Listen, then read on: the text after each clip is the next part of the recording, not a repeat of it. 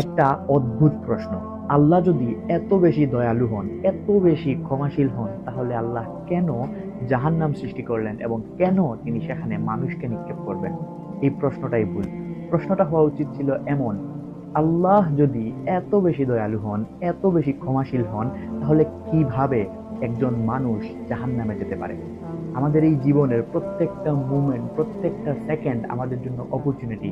আমরা যখনই চাইবো তখনই আল্লাহর কাছে ক্ষমা চাইতে পারবো, এবং আল্লাহ সুবহানাহু ওয়া তাআলা সবচেয়ে বেশি খুশি হন আমরা যখন তার কাছে ক্ষমা চাই। কিন্তু না, আমরা ক্ষমা চাইবো না।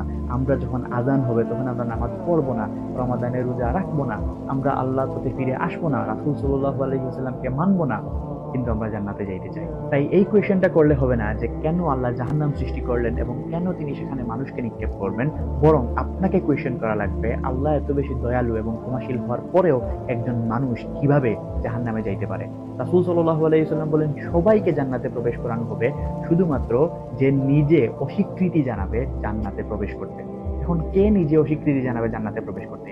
যে আল্লাহ এবং তার রাসূল সাল্লাল্লাহু আলাইহি ওয়াসাল্লামকে মান্য করবে না, তাদেরকে মানবে না, শুধু তারাই নিজে থেকে অস্বীকৃতি জানাবে জান্নাতে প্রবেশ করতে।